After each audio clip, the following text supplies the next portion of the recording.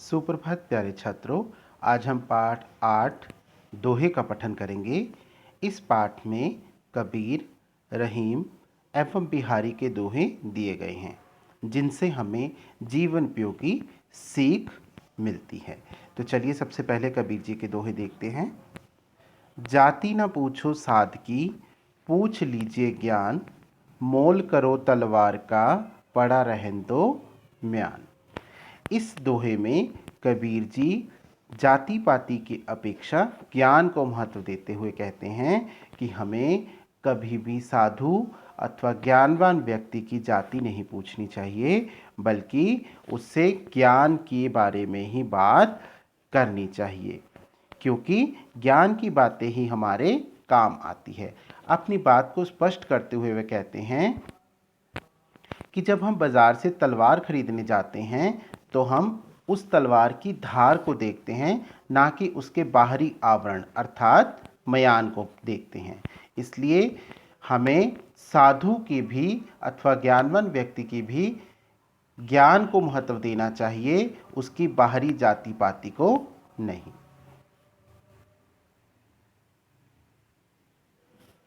तिनका कभू न निंदिए, जो पावन तर होए, कभू उड़े आखिन पड़े, तो पीर घनेरी होए।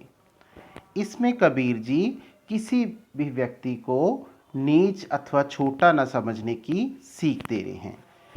कबीर जी कहते हैं तिनका कभू न निंदिए, जो पावन तर होए, कि हमें उस तिनके की कभी निंदा नहीं करनी चाहिए जो हमारे पैर तले आ जाए, पैर नीचे आ जाए कि ये तो छोटा सा तिनका है, इसे तो हम पैर से मसल देंगे। लेकिन वही तिनका, वही छोटा सा तिनका जब उड़कर हमारी आँख में पड़ जाता है तो हमें खूब दर्द का एहसास करवा देता है। इसलिए कबीर जी कहते हैं कि हमें कभी भी किसी को छोटा नहीं समझना चाहिए। तीसरा दोहा देखिए। कुटिल वचन सबते बुरा, जारी करे सब छार, साधु वचन जल रूप है, बरसै अमृत धार। कुटिल, कुटिल अर्थात कठोर, सबते मतलब सबसे, जारी जला देना, छार नमक, साधु अर्थात सज्जन व्यक्ति, अमृत धार, धार अर्थात धारा। तो कबीर जी यहाँ हमें मीठे बोलने की सीख दे रहे हैं। कबीर जी कहते हैं कि जो कड़वे बोल होते हैं, जो कठोर वचन होते हैं, वो बहुत बुरे होते हैं। वे उसी तरह बुरे लगते हैं जैसे नमक, जैसे जख्म के ऊपर किसी ने नमक छिड़क दिया हो, और उतना ही दर्द हमें पहुंचाते हैं। जबकि जो साधु वचन होते हैं, जो मीठे वचन होते हैं, वे अमृत की धारा की तरह हमें शांति अर्थात शीतलता पहुंचाते हैं। इसलिए हमें कभी भी किसी को कड़वे बोल नहीं बोलने चाहिए, हमेशा मीठे बोल बोलने चाहिए, ताकि हर किसी को शांति पहुंचे, शीतलता पहुंचे। तो अगला दोहा देखते हैं। अगले दोहे हैं रहीम जी के। कदली सीप भुजंग मुख, स्वाति एक गुण तीन। कदली क्या होती है? कदली केला, भुजंग सांप, स्वाति, स्वाति नामक नक्षत्र में आसमान से गिरने वाली पानी की बूंदें। स्वाति एक नक्षत्र का नाम है, जैसे हमारा किसी न किसी नक्षत्र में जन्म हुआ है, उसी प्रकार स्वाति एक नक्षत्र का नाम है। तैसोई मतलब वैसा ही, उसी प्रकार का। दीन मतलब देता है। तो चलिए इस दोहे की व्याख्या देखते हैं। इसमें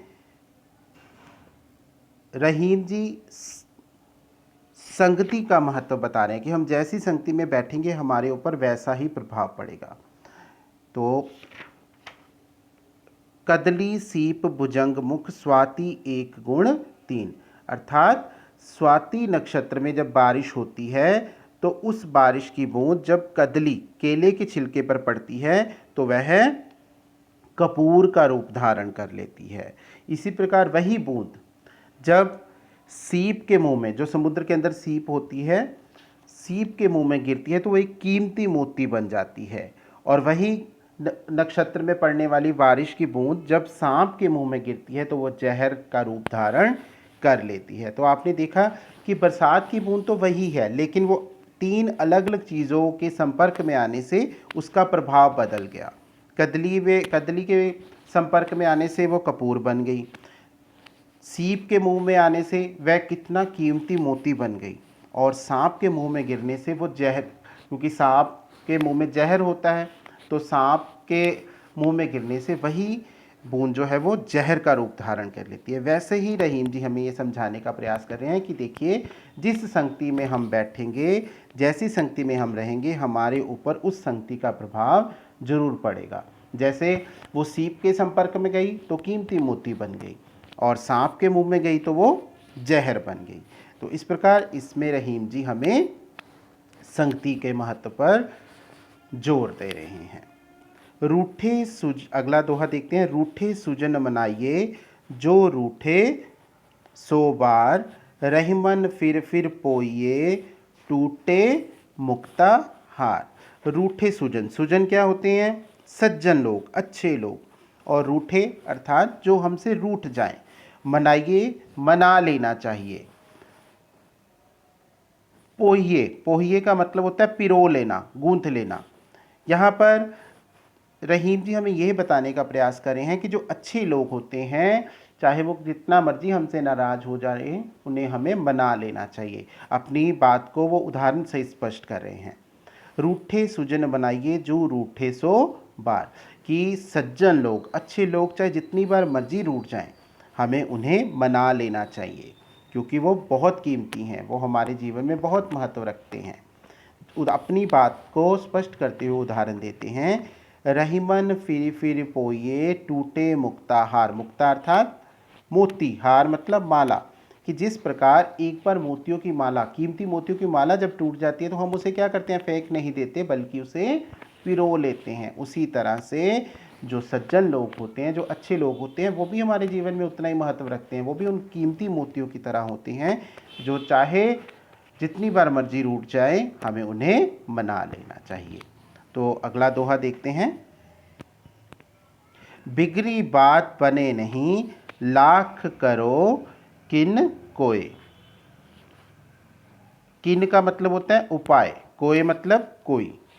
रहीमन फाटे दूध को, मथे न माखन होए। फाटे मतलब फट चुका, दूध तो आपको पता ही है, माखन मतलब मक्खन। कहते कि जब बिगड़ी बात बने नहीं, लाख करो किन कोय। यहाँ पर रहीम जी कह रहे हैं कि जब एक बार बात बिगड़ जाए तो हम उसे लाख कोशिशें करने पर भी, लाख उपाय करने पर भी उसे दोबारा ठीक नहीं कर सकते।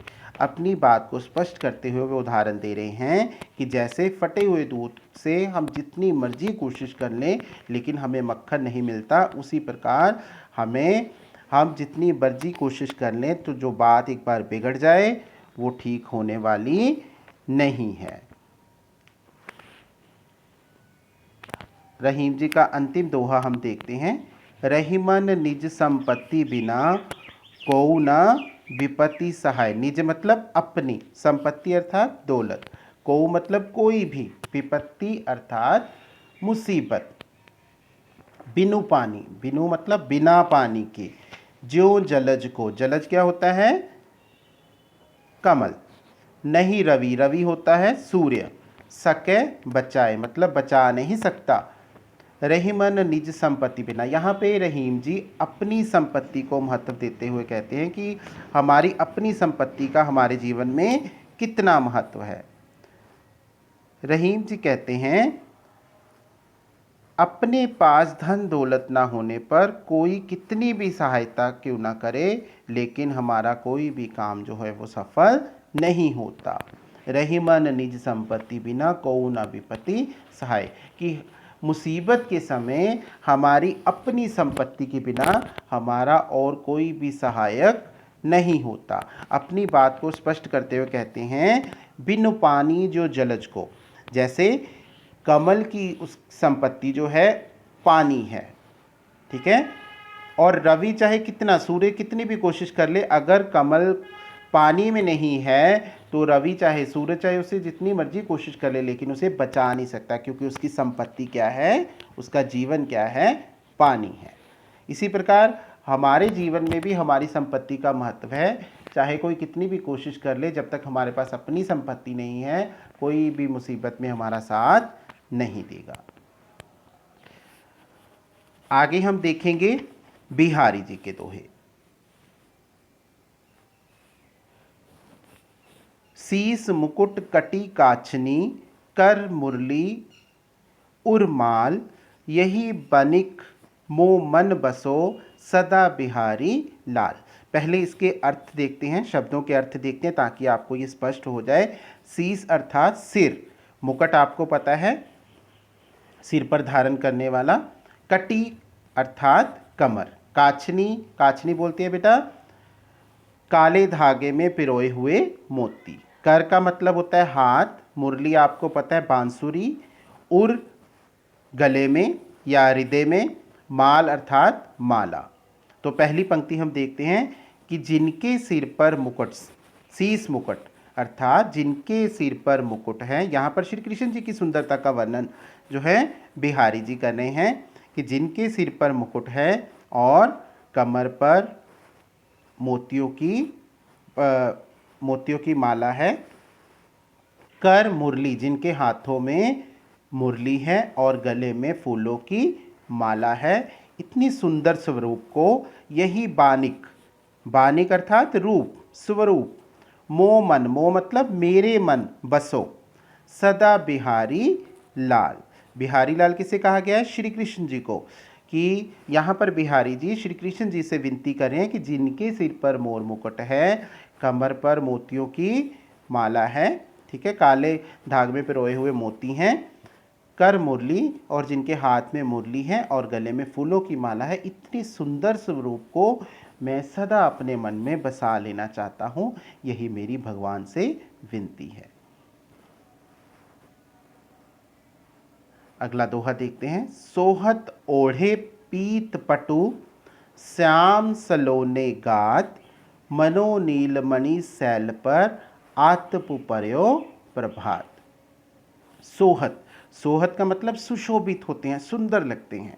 ओढ़े अर्थात पहने हुए, पीतु पीले, पटु कपड़े, श्याम सलोने, श्याम किसे कहा गया है, श्री कृष्ण जी को, सलोने अर्थात सांवले, गात अर्थात शरीर। तो आपने देखा यहाँ पर भी श्री कृष्ण जी की सुंदरता का वर्णन कर रहे हैं। यहाँ पर वो बिहारी जी श्री कृष्ण जी की सुंदरता का कंपेयर एक पहाड़ के साथ करेंगे, उसकी तुलना एक पहाड़ की सुंदरता से करेंगे। तो देखिए सोहत ओढ़े पीतपट, यहाँ पर बिहारी जी कहते हैं श्री कृष्ण जी के श्याम सलोने गात, कि उनके सांवले शरीर पर पीले वस्त्र उसी प्रकार सुंदर लग रहे हैं जैसे मनो नीलमणि सैल पर, सैल होता है पहाड़, नीलमणि, नीलमणि के पहाड़ पर, आतपु पर्यो प्रभात, आतपु क्या होता है आकर, पर्यो प्रभात, प्रभात मतलब सुबह। तो यहाँ पर बिहारी जी कहते हैं कि श्री कृष्ण जी के सांवले शरीर पर पीले वस्त्र उसी प्रकार सुंदर लग रहे हैं जैसे सुबह की पीली किरणें नीलमणि के पर्वत पर आकर पड़ती हैं और सुंदर लगती हैं। अंतिम दोहा। जप माला छापै तिलक, सरय न एको काम, मन कांचय नाचय वृथा, सांचय रांचय राम। यहाँ पर आडंबर के बारे में बिहारी जी बता रहे हैं कि हमें भक्ति भाव में दिखावे को दूर रखना चाहिए, भक्ति भावना में दिखावा नहीं होना चाहिए। देखिए जपमाला, जपने की माला, छापे जो राम नाम के कपड़े, आपने देखा होगा बहुत से साधुओं ने ऐसे पीले वस्त्र पहने होते हैं जिसके ऊपर राम राम लिखा होता है। तिलक, तिलक जो हम माथे पर तिलक लगाते हैं। सरय न एको, सरय मतलब पूरा ना होना, एको मतलब एक भी काम। मन कांचय नाचय वृथा, कि मन जो है कच्चा है मतलब भटकता रहता है। नाचै वृथा, वृथा होता है बेटा व्यर्थ में, बेकार में। सांचे मतलब सच्चे, रांचे राम, बसते हैं, राम बसते हैं। तो हमें ये स्पष्ट हो रहा है यहाँ पे बिहारी जी ये कहना चाहते हैं कि सच्चे मन में ही भगवान का वास होता है, ना कि दिखावा करने वाले मन में। जप माला मतलब बिहारी जी कहते हैं कि माला जपने से, राम नाम के वस्त्र धारण करने से, तिलक लगाने से एक भी काम जो है वो पूरा नहीं होता। ऐसा क्यों? क्योंकि वो कह रहे हैं मन कांचय नाचय वृथा, कि जो हमारा मन है वो इधर उधर भटकता रहता है, नाचता रहता है व्यर्थ में, इसलिए हमारा एक भी काम जो है पूरा नहीं होता। ना तो हमें ईश्वर मिलते हैं और ना ही जब हमारा जिस तरफ ध्यान होता है वो काम पूरा हो पाता है। सांचे रांचे राम, जबकि जिसका मन सच्चा होता है प्रभु भी उसी को ही मिलते हैं। इसलिए यहाँ पर बिहारी जी सच्चे मन से ईश्वर का जाप करने के बारे में बता रहे हैं। मुझे आशा है कि आपको ये दोहे जो हैं वो समझ आ गए होंगे। धन्यवाद।